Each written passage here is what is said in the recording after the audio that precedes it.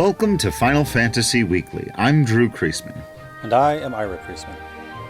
And on this episode, we'll be discussing the plot, themes, and characters of Final Fantasy V, directed by Hironobu Sakaguchi. It was written by Sakaguchi and Yashinori Kitase, designed by Hiroyuki Ito. The art design was by Yoshitaka Amano, and the music by Nobuo Uematsu. So pretty much the people who made the first 5 Final Fantasy games before they started branching out and inviting other people into their play and workshop. It was released for the Super Nintendo, originally just in Japan, in 1992. So this is the last game in the series where we will have this problem of it not being released originally in the United States, only coming over later in 1999 for the PlayStation, and then the Game Boy Advance in 2006 in the collections and anthology versions, respectively. The game has mostly been very well received, even those re-releases getting a score of 82 from Game Rankings, a Metacritic score of 83 out of 100 when it was released on the Game Boy Advance. Its original release got a 34 out of 40 from Famitsu. We've gone over why that's a little bit strange. That's 4 people reviewing it out of a score of a possible 10 of 10. So mostly well-reviewed, though the general consensus seemed to be that the story and characters are not quite as deep as they were in the game either before it or after it, and I think that's probably a fair critique, though we'll explore that quite a bit. But this game is almost universally praised for both its battle system and its use of the job system, which is still by many people considered to be the best implementation of a job system in any video game, including modern online MMORPGs that you have to play, or you have to pay, a monthly fee for. And so it's beloved for its battle system, and also I think generally well received for its aesthetics. People that tend to get down on how drab and dark Final Fantasy games can be, especially the next several after this, 6, 7, and 8. 5 is bright and colorful, and I think is generally well loved for that. So we'll talk a lot about all of that. We're going to get through the plot maybe a bit quicker than we did with Final Fantasy IV because, as I said, there's not quite as much in terms of depth to what's going on here, but we may challenge that a bit as we go along the way as well. So, as we like to do, before we get into talking about the game itself, let's talk a little bit about our own experiences with the game coming into our lives, which also might help explain a little bit why our conversation on this one might not run quite as deep as it did for the last game and for the next one. So my first experience with Final Fantasy V was in hearing about it online, or reading about it, I suppose.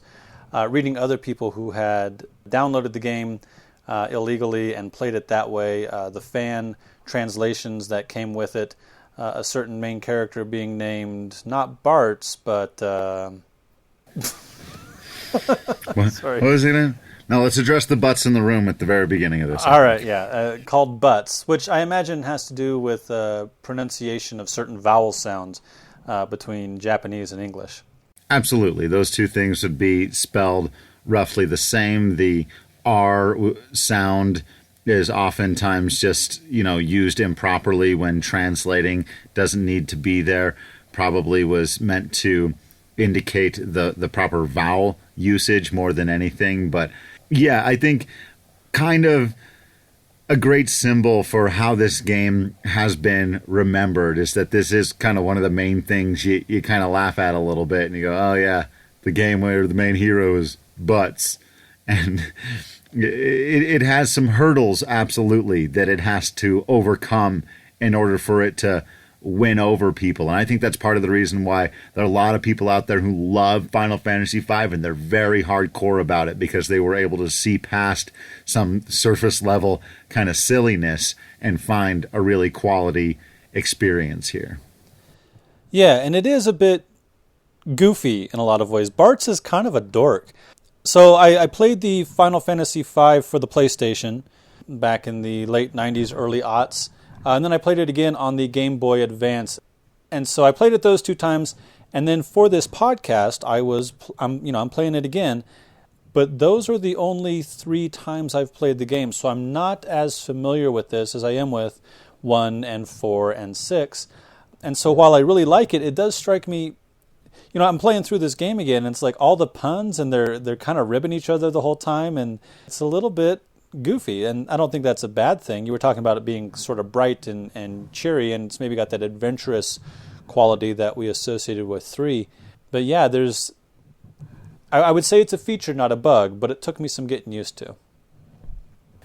Yeah, and I have very similar experience with this. Again, for a lot of the other games in the series, it really stands out in my mind. I remember where I was when we first got the game. I remember where I was when we finished it. I remember how I felt.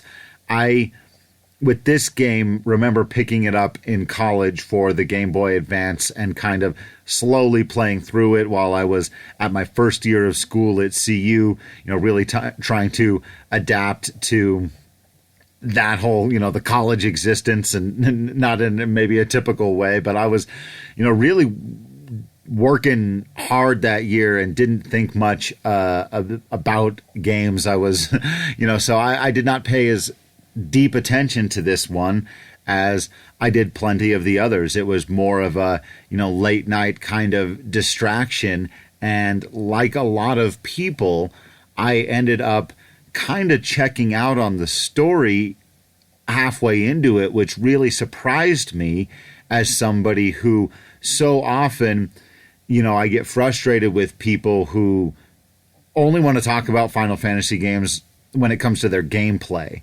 Because that just seems so strange to me that a person would find the stories in these games to be secondary when it seems obvious to me that in their presentation, they're supposed to be first and foremost. But then there's this experience where I had an absolute blast playing it, and I spent more time like changing around my characters' jobs and trying to figure out how to get this piece of equipment or that job, get all the different stuff for different people, be able to have all of my heroes become these kind of super gods who could do everything. And it was so much fun just to tool around, like in the menus. I think this is the first time I can remember, other than I had played Final Fantasy Tactics before this. So for me, Tactics was the first game that did it. But knowing later that this came first, it was like, it's so much fun to not even travel the world map or be in battle or be reading the story, but to just be in the menus, messing with stats. Yeah, I dig it. The gameplay is quite a bit of fun. The advanced version adds some extra classes in there, which is also fun to play with and see what what combinations of abilities gets you the best characters. But that is for another podcast, at least as I understand our current format. Our general attempt at structure. All right, so shall we attempt to talk about the plot, themes, and characters of one Final Fantasy V? Let's do it. Let's hop right in. And again, this is one of those things, too, where I remember the beginning having I did see the PlayStation version when I didn't play through it, but I did get the PlayStation version of it when it came out years before the Game Boy Advance one. So I had seen, like, the first thing I had seen of Final Fantasy V was that CGI video. Oh, sure. PlayStation 1 quality with the dragon. So kind of silly, but also the indelible image of the game for me is the dragon, and right. I think purposefully so.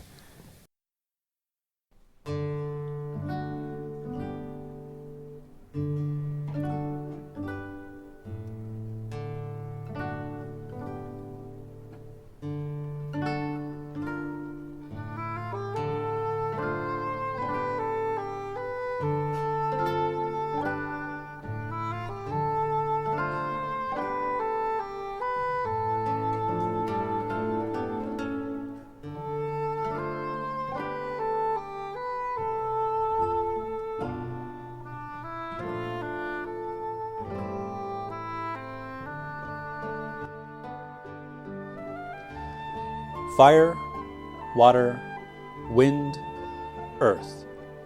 The peace and prosperity of the world is thanks to the power of these crystals. However, that power is nearing its limit. Not far off is the day when the wind slows, the water stills, and the earth trembles and quakes.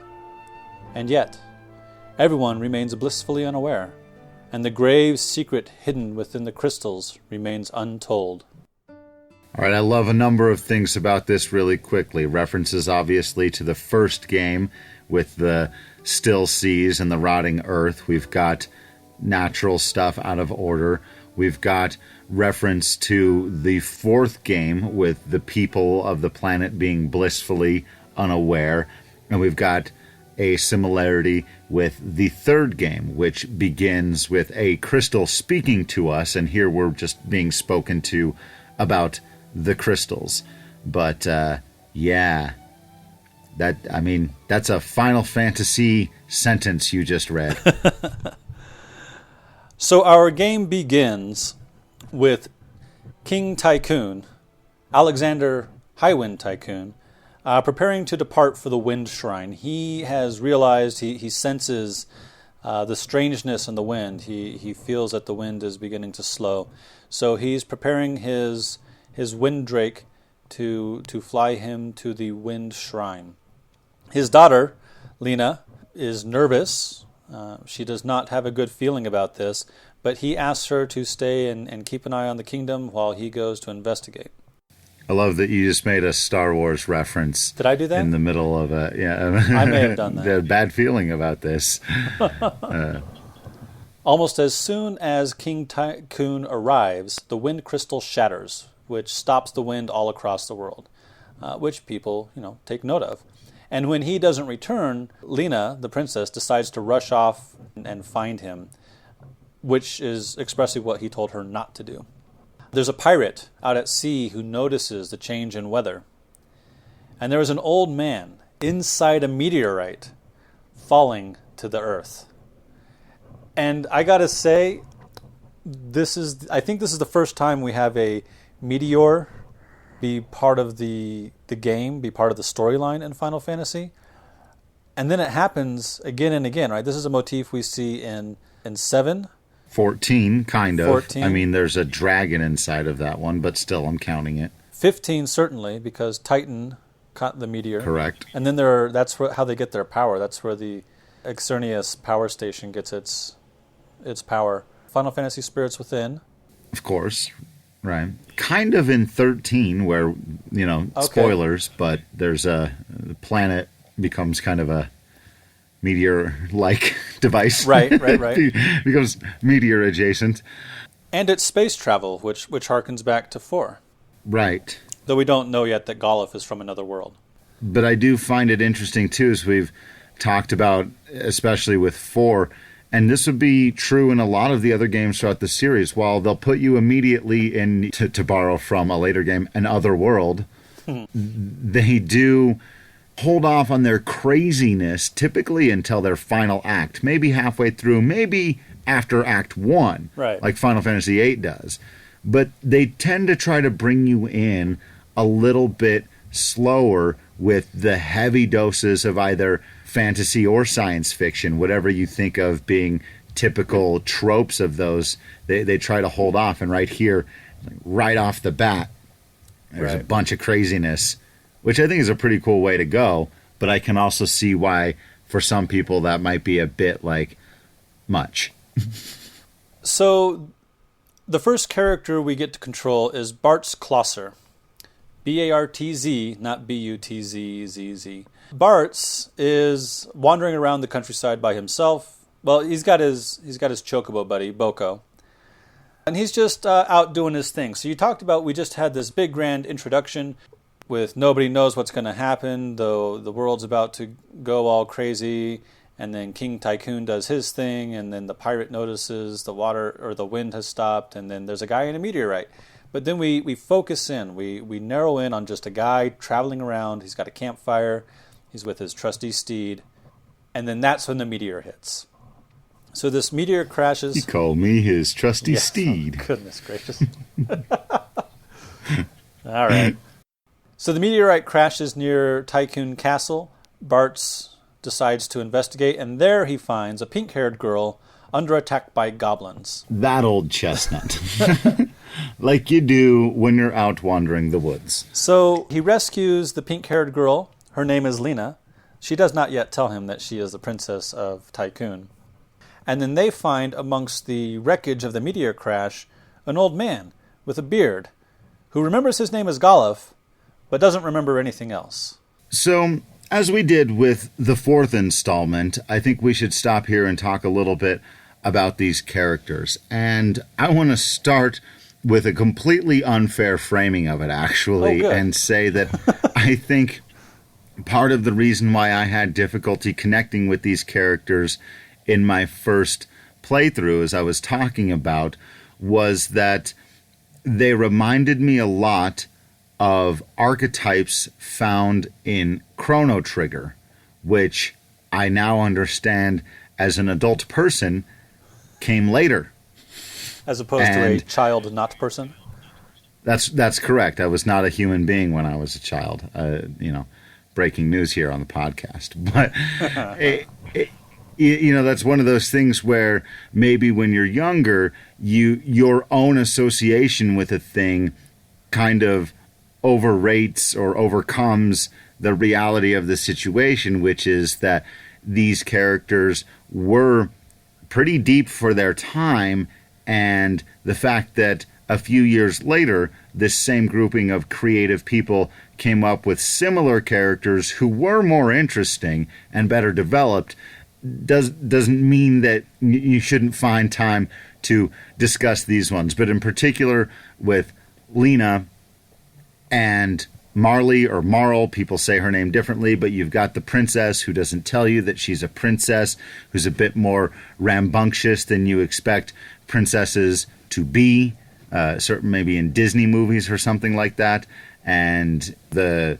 happy-go-lucky Bartz Klosser type of character that's a bit of a blank slate, especially early on. It kind of reminds you of Chrono, just running around doing good for no particular reason. But I do think these are interesting characters, Galuf in particular. So maybe, I'm sure you've got some things to say about those two characters. Early on, those are just kind of my takes, that they're archetypal, but interesting archetypes that go to some interesting places.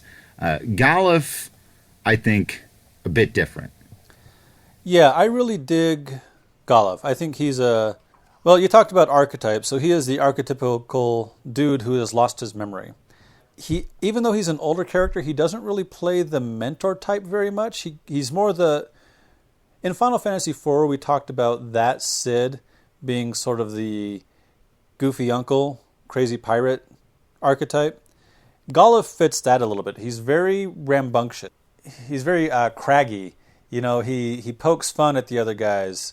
He calls them whippersnappers, and then when he can't or when he doesn't want to do a thing, he pretends like he can't remember sometimes because he's got this problem with his memory at the beginning. So he's really mischievous in that way, and I dig him as a character. And then as we go through the plot, we'll talk about more of his development. I think you're right about Bartz and Leena. I think Leena is sort of that archetypical princess going on an adventure. And between Leena and Bartz, I think she gets less development. I like her as this courageous figure who is going to defy her father and go in search of him once the wind stops.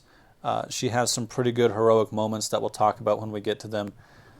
Bartz definitely starts out as just this sort of dorky, not quite a blank slate, but almost, just like you said. Again, it took me a while to get a hold of the dorkiness of it all. But he's always poking at things, and there are puns, and he's just sort of cracking wise. He's on the adventure to be on the adventure. He does get some good moments, some good development moments later, but right now, early on, he gets what I think is one of his best moments, and this is where we can refer to Joseph Campbell. So after our three characters here introduce themselves to each other, Leena mentions that she's going to the Wind Shrine. And then Galuf has a an insight of memory, and he realizes, oh yes, I too was going to the Wind Shrine. I will go with you. And then the two of them look at Bartz, and the obvious thing for Bartz to do would be to say, oh sure, I'm an adventurer. I will go on your adventure with you. But that's not what happens. He refuses the call to adventure. And he says, good luck, you two. I'm going my own way. Sounds great. Have fun storming the castle. Very Bilbo Baggins of him. Very, right. I think I'll have a cup of tea, and you guys have fun at the Wind Tavern. That is absolutely one of the main features of the hero's journey, according to Joseph Campbell, the refusal of the call. So you're right, he's a bit of just an adventurer dude, but he does also choose not to go on the adventure at first. He has his mind changed by his trusty chocobo Boko. As they're sort of riding around, Boko's making noises at him, and he's... I can't tell if Boko is meant to actually be talking or if Bartz is talking to himself using Boko as like a sounding board. But eventually he decides... Yeah, if it's one of those like Family Guy situations where some people can understand Stewie and some people can't. Who knows? Bartz is the only one that can hear Boko talking, or he's crazy. Those are, I think, our two options. Interesting pull. So he changes his mind, and he returns to find the two of them just in time to save them from yet more goblins, and decides to join them on their quest. Deus Ex Goblina. Sorry. Okay. I apologize. He's just decided to help them out, and then there's another earthquake, and he's running through this little canyon on his trusty chocobo, and he picks up Leena and Galuf, and once the earthquake stops, they find themselves blocked in on all sides, except for there's this little cave over here. So they decide to go to the cave, and it turns out the cave is a pirate's hideout.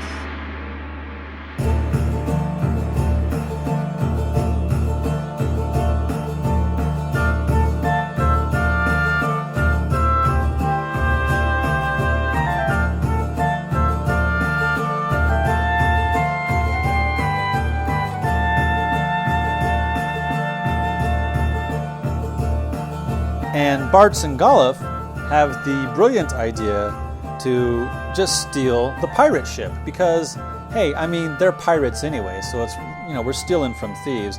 And also, 3 people with no experience can totally sail a pirate ship. Also, the wind has stopped, so the sailing's going to be goofy anyway. There's a kind of a Princess Bride feel to this caper. Interesting. I kind of dig that as a parallel. It's sort of an odd, goofy adventure in a lot of ways, not unlike Princess Bride. Right. You know what the other one I was thinking of when you were talking about Galuf and explaining him, I thought of Little Miss Sunshine. I thought of the grandpa, and then I was like, this whole adventure is kind of like Little Miss Sunshine. Bartz is the blank slate dad who didn't really want to go on this adventure, but kind of just gets pulled into it. And there's all these family members that kind of fit into an archetype, but they're just off of it. And it's all so goofy and ridiculous, but somehow kind of touching and endearing and quality stuff. So I'm going with Little Miss Sunshine. I'm going with Final Fantasy V. And I love that movie, by the way. That's a huge compliment. So, yeah. But even if the whole movie doesn't work, I do think Galuf as Grandpa, who's messing with the grandkids and trying to get them to do crazy stuff, having her dance to Rick James songs. Yeah, that was beautiful. But you remember he's shooting up heroin all through that movie, right? Right. Yeah, I don't think Galuf. No, but he's got, his weird memory issues, and oh, God. It's kind of like you talking about, like him for like purposefully or pretending to forget things when he just doesn't want to answer a question. Right. Okay. So anyway, the pirates catch our trio in the act of trying to steal a pirate ship, and their captain, Faris, decides to imprison them. But Faris also sees that Leena, the pink-haired girl, is wearing a pendant that is eerily like his own pendant. So after giving it some thought, Captain Faris decides to release them, and he reveals that the reason his ship can still move is thanks to a tame sea dragon named Sildra. So Faris agrees to take them all to the Wind Shrine. Now, here's one of the things that strikes me about Final Fantasy V. I've already described it as goofy, but it's also odd. Like, sometimes things happen just because they happen. It's like, okay, the wind is stopped, and last time in Final Fantasy I, when we said the wind was stopped, we could still sail the ship, and people gave us a hard time for that. So this time, I know what we'll do. We'll have a tame sea dragon. And there's a lot of stuff like this where it's just like, oh, and now suddenly superpowers can be transferred because we're in a giant tree, which I'll talk about more later. Anyway, there's this all... I want to take note of some of these sort of odd plot mechanisms that seem to come out of nowhere because it just strikes me as whimsical in a way. Yeah, a lot of comic books do that, where they've either written themselves into a problem or they just feel like adding another character to the sequence of events. They're kind of looking for an excuse to do something, and they'll be like, oh yeah, that guy who used to be dead is no longer dead because it turns out this person has a power when combined with this other person's brings people back from the dead. And you're like, starting now? And then there's some of that in this. But I think you chose the right word there. It's not necessarily, and I was joking earlier with the Deus Ex Goblina, but it's not necessarily poor writing. It's whimsical. It's a bit more whimsical. The Princess Bride thing that I stumbled upon right there maybe is the best example of, like, ultimately this game, it doesn't matter that much how they get from point A to point B. All right, so our characters get to the Wind Shrine, and in the Wind Shrine they find the remains of the Wind Crystal. The shards are giving off a light, and each of them imbues one of our characters, our four main characters now. Faris is also a main character, with its light, and then the King of Tycoon appears and names them the Warriors of Light and warns them that an evil is trying to destroy the other crystals, and they've really got to dedicate themselves to protecting the other crystals. So this mirrors the third game in the franchise, in which our characters are told relatively early on that they are the Warriors of Light, so they have to move forward with that knowledge. Let's take a moment here to do a character study of Faris. Pirates are cool. Pirates are way cool, and Faris is a pirate captain. We had a pirate in Final Fantasy I give us our ship after we defeated him in battle, Bike. We had a pirate in Final Fantasy II, whose name is Layla, who gave us her ship after we beat her in a fight, and then she joined our party. And now here we've got a pirate in Faris. Faris does a lot. There's a lot of sort of pirate speak, especially early on with Faris. He's deliberately kind of gruff and tumble, as it were, sort of pushes. Again, all these characters are always giving each other a hard time, and he pokes just as much as the rest. Very sort of arm punchy in the way that he is friendly. Yeah, I think it lives on pretty well in some of the appearances that he's made in, for example, like the world of Final Fantasy. That sure. Kind of whip cracking, that you would expect and even hope for from a pirate captain, a little Barbossa before there was Barbossa. I don't know why I'm doing a bunch of movie crossovers today, but whatever. I dig it, and you're right, it does take a little bit of getting used to if you've played a lot of the Final Fantasy games, either 4 before it. We talked about one of the major themes being them coming together as a family. Certainly our party in 6 is like that, and this party is like that. It's a family for sure, but more of one that's kind of constantly giving each other a hard time, where we're kind of used to our Final Fantasy parties picking each other up and always having each other's backs, and these guys have each other's back, but it's a different dynamic, one that takes some getting used to. And we get superpowers. Yeah. Once again, my favorite superpower would be to swap between the Final Fantasy classes. Yeah. That's a good one. All right. So we've got to get to the water crystal. To get to the water crystal, we've got to go through the Torna Canal. And to get through the Torna Canal, we need the key to the canal, which means we've got to get to the town of Toul and talk to Zoc. So this is early games. You're largely wandering around trying to level up, get some ability points so you can level up your classes as well. When you get to the town of Toul, Zoc will pretend to have mislaid the key. And he does that because he's an old friend of Leena's family and he doesn't want her to get hurt. So this is sort of that patriarchal, I know what's best for you, you don't need to go on an adventure, little lady kind of character. And then, once the characters sleep for the night, he changes his mind. But he doesn't give the key to Princess Leena, he gives it to Bartz. So there's that. Yeah. This is also a town with... You know how in Final Fantasy games, I don't know if we've mentioned this before, but sometimes there will be like a house where you can go in and get your tutorial, so you can talk to all these characters and they'll teach you about the world? Sure. The super helpful random strangers that just... Right. Did you know that a long time ago... Right, right. Yeah. So you can go into that building and learn how the jobs work and how abilities work and how items work and all that good stuff. So with the key, you can go through the Torna Canal. Turns out Zoc was right. There's a monster there called the Carlabos, which looks like a giant nightmare lobster scorpion danger bug.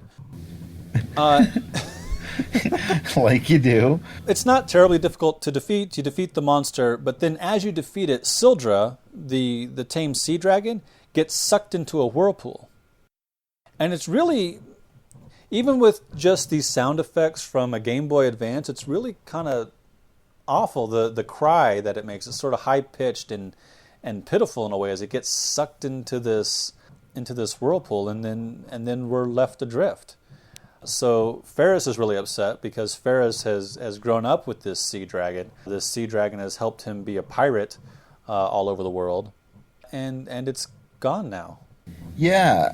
So going back to, my cynical first playthrough where I was just like, it's a Final Fantasy game, it's a fantasy adventure, a monster died, it's too bad, but, tough rocks, pal, we're moving forward. But going back and watching and playing through it a little bit more as what was the phrase I used before? An adult human being. Right. And as I don't even like to use the word owner. I think parent is a bit strong, but as someone with a couple of pets of my own, right. The second time going back through that, it was heartbreaking. It was tough to do. Like, that's sad when you realize the relationship that they had, and that it's not just... To this point in Final Fantasy games, you've been slaying dragons, and in fantasy adventures, you slay the dragon. Snow White. But I wasn't conditioned to have a sad emotional reaction to the death of a dragon, and upon a second playthrough of this, I was struck by it, especially in a game I remembered being all silly adventure, and I was like, oh man, that's rough. Because the wind is dead, our characters are set adrift, and they end up in the ship graveyard.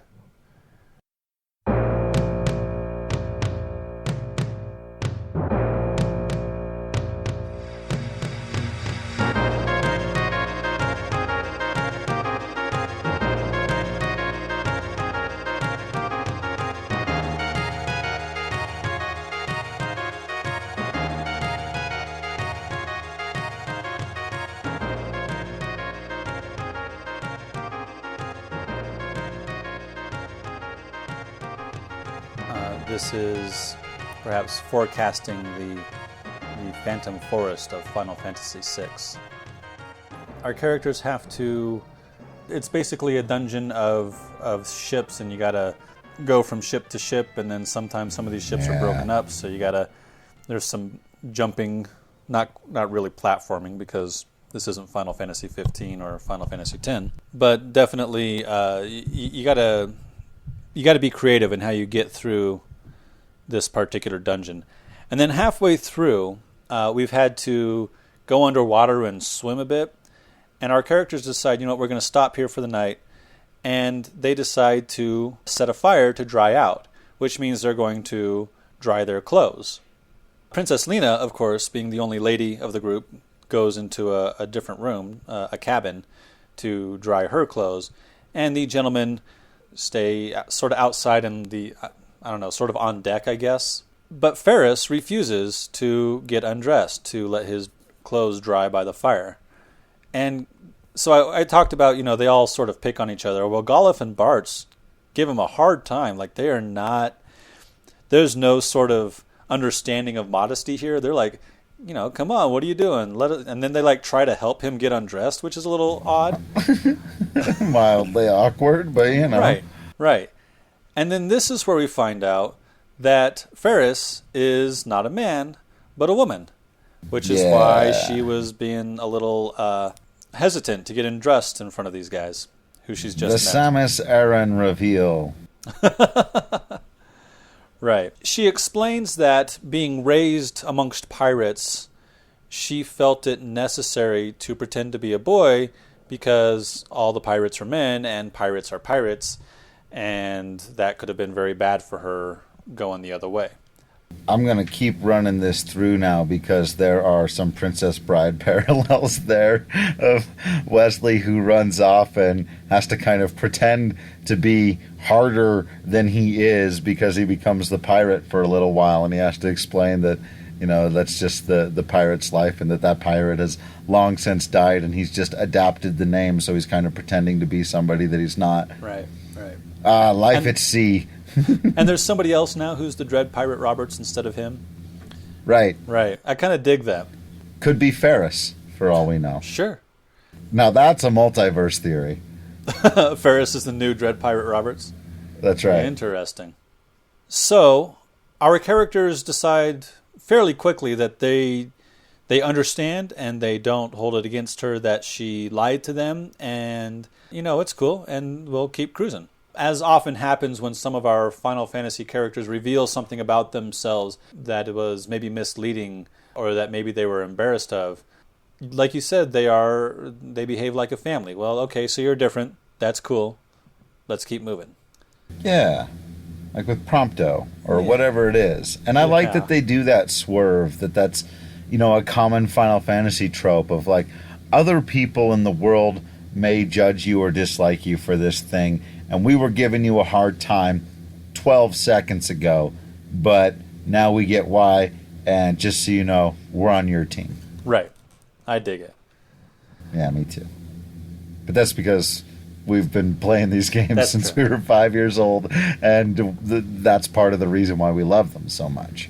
It is worth noting that in my various researches as a high school librarian, I have read many articles that suggest people who read speculative fiction, and especially speculative fiction that includes people outside of what is known as sort of the default for a hero character in speculative fiction, the straight white guy. Speculative fiction that includes other types of characters tends to help readers of that spec fic be more tolerant of, interested in, okay with people who are different from them. They have lived vicariously these other experiences, and therefore try not to hold other people's experiences against them, and try to be more accepting of people who are different from themselves. And I think maybe for us, Final Fantasy helped us to be more accepting.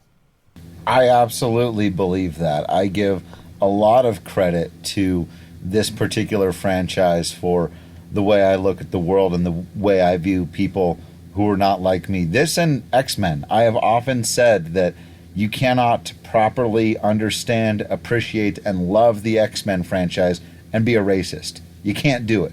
It does not make any sense. It does not compute. For me, I think more than that, for sure, this franchise and stuff like this, where people make no big deal out of somebody being different or somebody fitting into a role that maybe traditionally they weren't supposed to, or having a certain kind of power that traditionally they weren't supposed to, and embracing those differences. And Final Fantasy at its core has always been about embracing differences. And it always shocks me when I come across people who are Final Fantasy fans, or claim to be big Final Fantasy fans, who then say really dumb and ignorant stuff about other people. But then I almost always find out that they don't know what's going on in the stories of these games. They play them because they like the aesthetic and the gameplay stuff. And I think anybody who digs into these narratives has to recognize a running philosophy, and that it's probably impacted them in their lives as well. At the end of this dungeon, our characters face off against Siren. In Final Fantasy V, Siren is a woman who can draw the memories from her victims and use them against them. So she casts illusions for each of our characters. Bartz sees his mother Stella, who has passed away. Leena and Faris both see King Tycoon, which is a hint to Faris's parentage early on. And Galuf, he sees a young girl. But Galuf's memory is gone. He doesn't recognize her, even though Siren pulled the memory from his head. So he is unaffected by the illusions, and he's able to knock sense back into his friends, and then they are able to defeat the monster. So not unlike Yang, memory can be restored with a good puncha. Love it. And this is another example of why we talked at the end of our conversation about 4 Spec Fic being so good at being able to tell stories that you couldn't otherwise get away with. This is a common trope. You'll see the giving people memory. They do it in the Suicide Squad movie. It's been done in Superman comics, but giving people memories of something, messing with their head. Typically it's a villainous move to do that, and then having the kind of twist there for Galuf that his memory loss suddenly becomes an advantage. Good stuff. Love it. After leaving the ship graveyard, our characters make their way to the town of Carwin. In that town, they hear rumors of a windrake seen flying to the North Mountain, which is a clue of where to go next, and perhaps the king might be there. So our characters go up the mountain. They have a run-in with a couple of hunters, Magisa and Forza, who shoot Leena with a poisoned arrow in an attempt to kidnap her. Faris gets a really good moment here where she leaps across this crevasse and nearly falls, but then climbs back up the cliff and tosses a rope to Bartz and Galuf. And then they're able to come together and defeat these hunters. This is one of those scenes I think would look a lot better in a modern adaptation, or we talk all the time about TV shows or movie adaptations of these things. An action sequence where, you know, she gets to look like a badass, that I think if you got to kind of do a cool set piece there would drive that home a lot better. Well, when HBO gives us the money to adapt the Final Fantasy franchise into a live action... Living the dream. Living the dream, my brother. We'll keep this in mind. They get to the top of the mountain, where they find Leena's windrake, Hiru, not the king. Leena gets a good moment here where she has to cross through these poisonous flowers to get to the dragon grass, and then is able to take the dragon grass, which magically heals the windrakes. So they're able to heal Hiryu. Hiryu is able to heal Leena of the poison, and then our light warriors finally have a way to fly across certain parts of the world map. They make their way back to Castle Tycoon, and in the night, Leena confronts Faris with that they both have the same pendant, and "You're my long-lost sister, aren't you?" And Faris is like, probably not.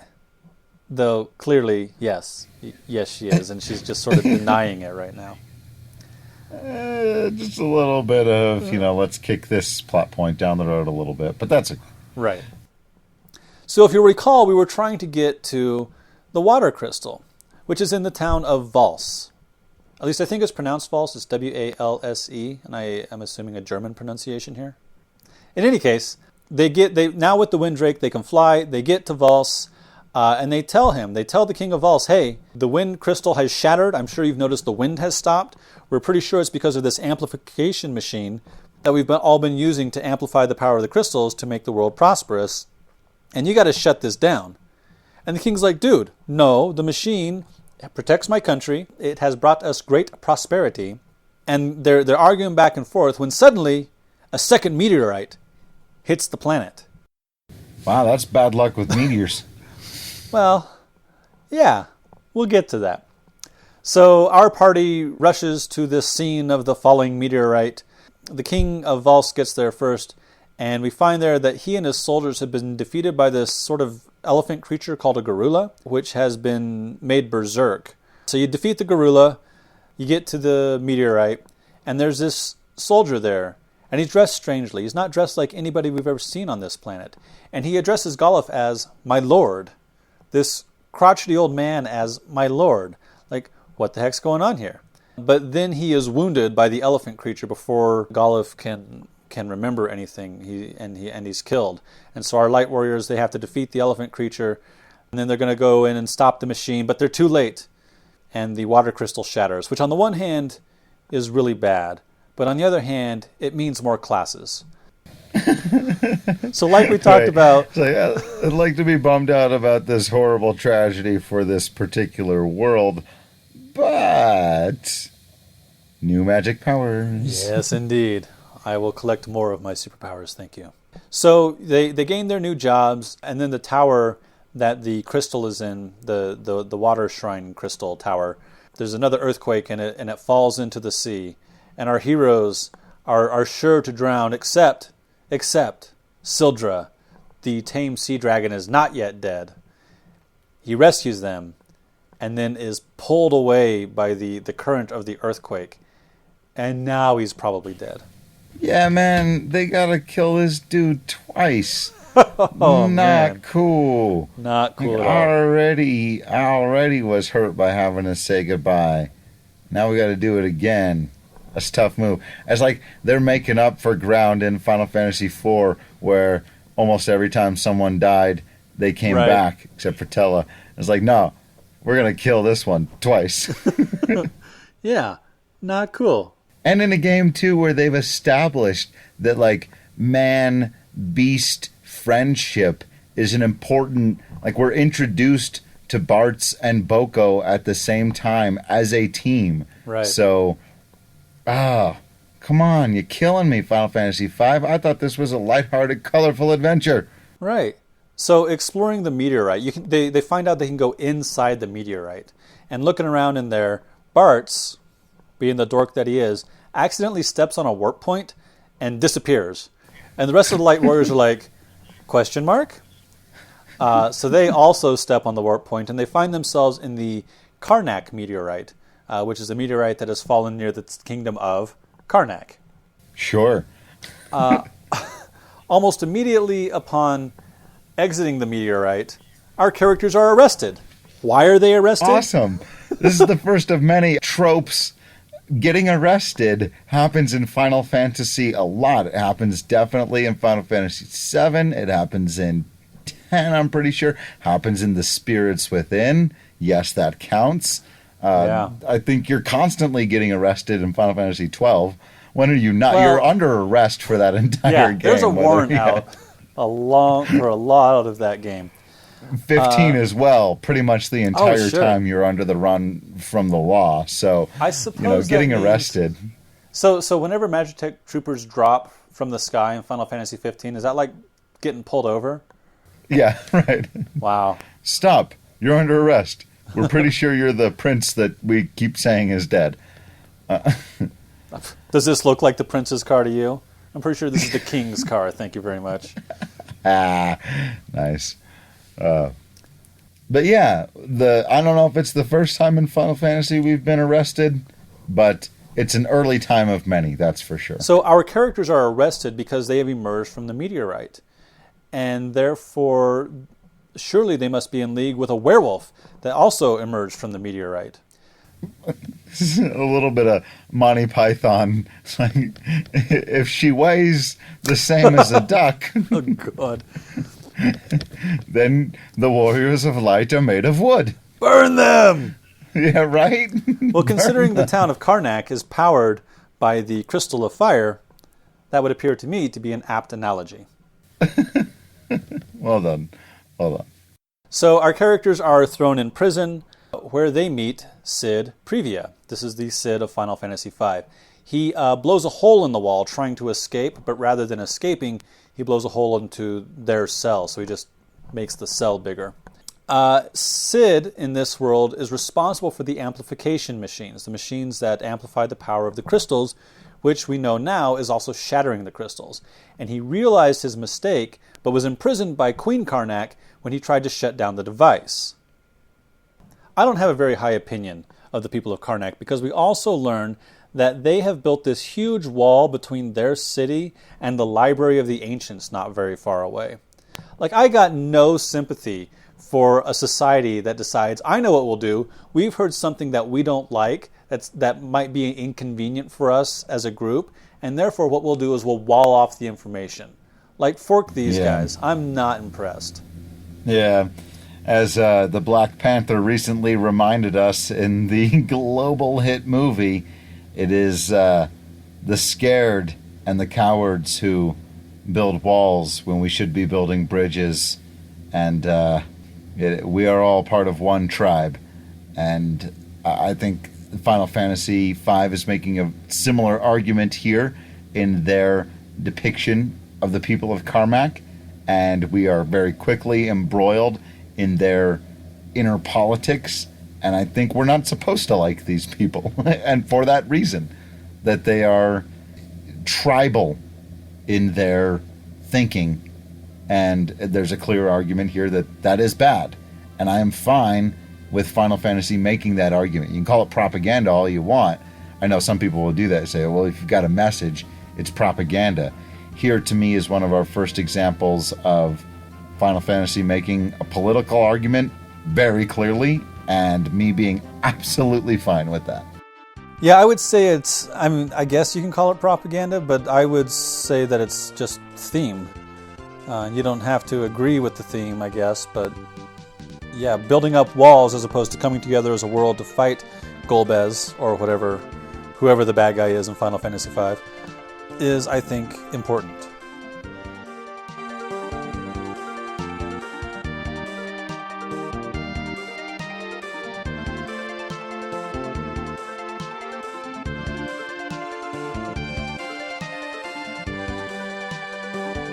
That's it for this episode.